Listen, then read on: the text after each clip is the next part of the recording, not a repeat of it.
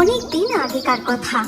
যোগীপুর নামক এক গ্রামে ভোলা নামে একটি ষাঁড় গরু এদিকে ওদিকে ঘুরে ঘুরে বেড়াতো।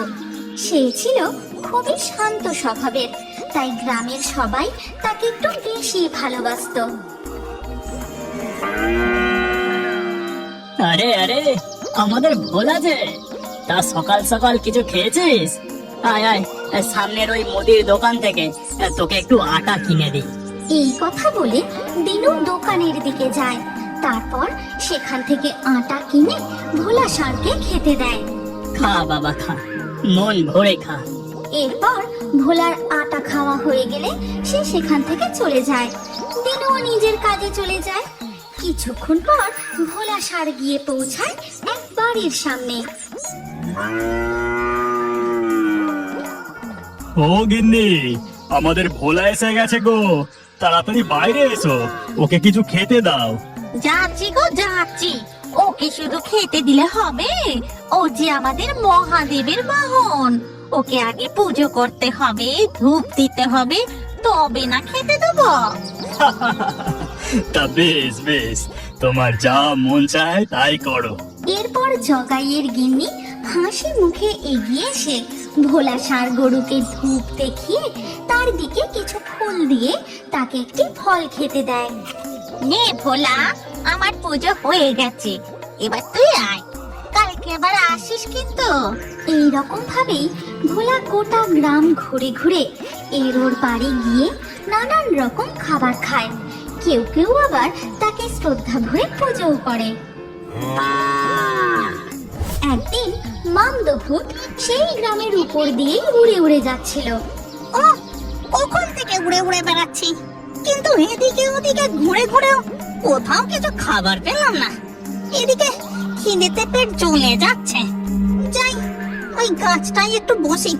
এই কথা বলে মামদো একটি গাছে গিয়ে বসে, আর পাশের গাছতলায় ভোলা ষাঁড় শুয়েছিল। ও ভোলা, তুই এখানে শুয়ে আছিস, আর আমি তোকে গোটা গ্রাম খুঁজে খুঁজে বেড়াচ্ছি। আচ্ছা, আজ তুই আমার বাড়ি গেলি না কেন বলতো? ও, বুঝেছি বুঝেছি, এত রোদে পথ চলতে চলতে তুই হাঁপিয়ে গেছিস, তাই না রে? এই নে, তোর জন্য আমি টাটকা রুটি করে এনেছি। এই কথা বলে মাধবী ভোলাকে রুটি খেতে দেয়।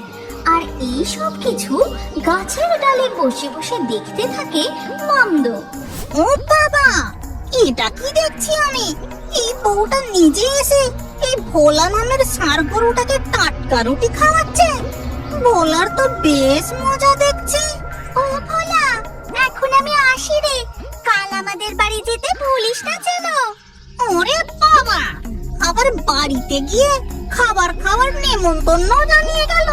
এই ভোলা ষাঁড় গরুর ব্যাপারটাই আলাদা। না, আমাকে এই ভোলার উপর একটু নজর রাখতে হবে দেখছি। তারপর থেকে মামদো ভোলা ষাঁড়ের পিছু পিছু যেতে থাকে, আর ভোলার প্রতি গ্রামের মানুষের ভালোবাসা দেখতে থাকে। বাবা বাবা, ব্যাপারটা মন্দ নয় তো। শুধু মানুষের বাড়ির সামনে গিয়ে গিয়ে দাঁড়াও আর মজা করে নানান খাবার খাও। ইস, আমি যদি ষাঁড় গরু হতাম বেশ ভালো হতো। এই কথা বলে মামদো সেখান থেকে উড়ে চলে যায়। তারপর একটা বড় বট গাছের ডালে বসে। সেই বট গাছেই ছিল শাকচুন্নির বাস। শাকচুন্নি মামদোকে দেখে একটু অবাক হলেও কিছু বলে না। একটু উঁচু ডালে বসে চুপচাপ শুধু মামদোকে লক্ষ্য করতে থাকে। আর মামদো গাছের ডালে বসে বসে সারা রাত ধরে ভাবতে থাকে। পেয়েছি, একটা বেশ ভালো বুদ্ধি পেয়েছি। আর সকাল হতেই মামদো নিজেই অবিকল ভোলার মতো একটা ষাঁড় গরুর রূপ ধারণ করে। তারপর মনে মনে বলে, এবার বেশ মজা হবে। আমি ওই আসল ভোলা ষাঁড় গরুর আগেই সবার বাড়ি পৌঁছে যাব, আর পেট ভরে সব খাবার খেয়ে নেব। এই কথা ভাবা মাত্রই মামদো সেখান থেকে চলে যায়। কিন্তু গাছের ডালে বসে শাকচুন্নি ভাবে, এটা কি হলো? ওই ভূতটা হঠাৎ ভোলা ষাঁড়ের রূপ ধারণ করলো কেন? আমাকে তো ব্যাপারটা দেখতে হচ্ছে। এই কথা বলে শাকচুন্নিও মামদো ভোলার পিছু নিতে থাকে। আর মামদ ভোলার ব্যাপার স্যাপার দেখতে থাকে। তারপর সমস্ত কিছু দেখে শাকচুন্নি মনে মনে ভাবে, ও মা, এ কি গো, ছদ্মবেশ ধারণ করে ওই ভূত যে ভোলা ষাঁড়গোড়োর উদ্দেশ্যে দেওয়া খাবারগুলো খেয়ে নিচ্ছে। মামদ ভূত ষাঁড় গরু সেজে সমস্ত খাবার খেয়ে চলে যাবার পর যখন আসল ভোলা বাড়ি বাড়ি ঘুরে খাবার খেতে যায়, তখন ও কি রে ভোলা, তুই আজ আবার এসেছিস যে? এই তো একটু আগে খেয়ে গেলি। এই কথা শুনে ভোলা ভারী অবাক হয়। সে অবলা জীব মুখে কিছু বলতে পারে না, তাই সেখানে আর না দাঁড়িয়ে এগিয়ে গিয়ে আরেকটি বাড়িতে যায়। ও মা ভোলা, এই তো একটু আগে রুটি খেয়ে গেলি, তোর আজ খুব খিদে পেয়েছে বুঝি? দাঁড়া, আর মাত্র একটা রুটি আছে, দিচ্ছি। এই কথা শুনে ভোলা আবারও অবাক হয়, কিন্তু সে মুখে কিছুই বলতে পারে না। তারপর একটা রুটি খেয়ে সেখান থেকে সে চলে যায়। এ তো ভারী অন্যায়। ওই বদমাস ভূতটা ভোলার রূপ ধরে সব খাবার খেয়ে নিয়েছে, আর বেচারা ভোলা, আহা গো। তবে দাঁড়া ভূত, তোর মজা আমি বার করছি। এদিকে ভোলা ধীর পায়ে একটা মাঠের দিকে গিয়ে সেখান থেকে ঘাস খেতে থাকে। আর সেই মাঠেরই পাশে এক বড় গাছেতে মামদ আরাম করে গাছের ডালে শুয়ে ঘুমোচ্ছে। তাই দেখে শাকচুন্নি। দেখেছো কাণ্ড, ওই বদমাস ভূতটা অন্যায় ভাবে অন্যের খাবার খেয়ে নিয়ে কেমন আরাম করে ঘুমোচ্ছে। দাঁড়াও, তোমাকে উপযুক্ত শাস্তি দেওয়ার একটা বুদ্ধি আমাকে বার করতেই হবে।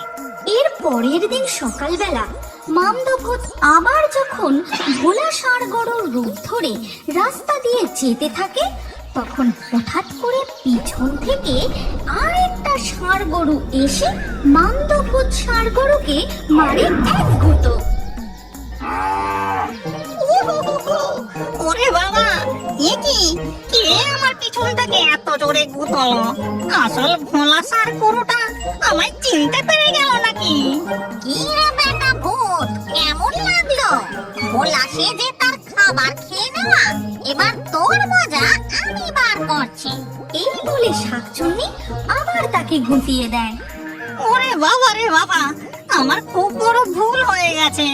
কিন্তু তুমি আসলে কে? আমাকে চিনতে পারলে কি করে? আমি হলাম শাকচুন্নি। তোর কীর্তিকলাপ আমি সব দেখেছি। এবার বল, এই গ্রাম থেকে যাবি নাকি? ওরে বাবা, না না না না, তোমায় আর কিচ্ছু করতে হবে না। আমি আমার ভুল স্বীকার করছি। আমি এক্ষুনি এখান থেকে পালাচ্ছি। এই কথা বলে মামদ ভূত ভোলা ষাঁড় গরুর রূপ ছেড়ে সেখান থেকে উড়ে পালিয়ে যায়। তারপর শাকচুন্নিও নিজের রূপ বদলে আবারও সেই বটগাছের দিকে চলে যায় এবং আসল ভোলা ষাঁড় গরু প্রতিদিনের মতোই মনের আনন্দে গোটা গ্রাম ঘুরে ঘুরে সকল গ্রামবাসীদের আদর ও তাদের দেওয়া খাবার খেয়ে দিন কাটাতে থাকে।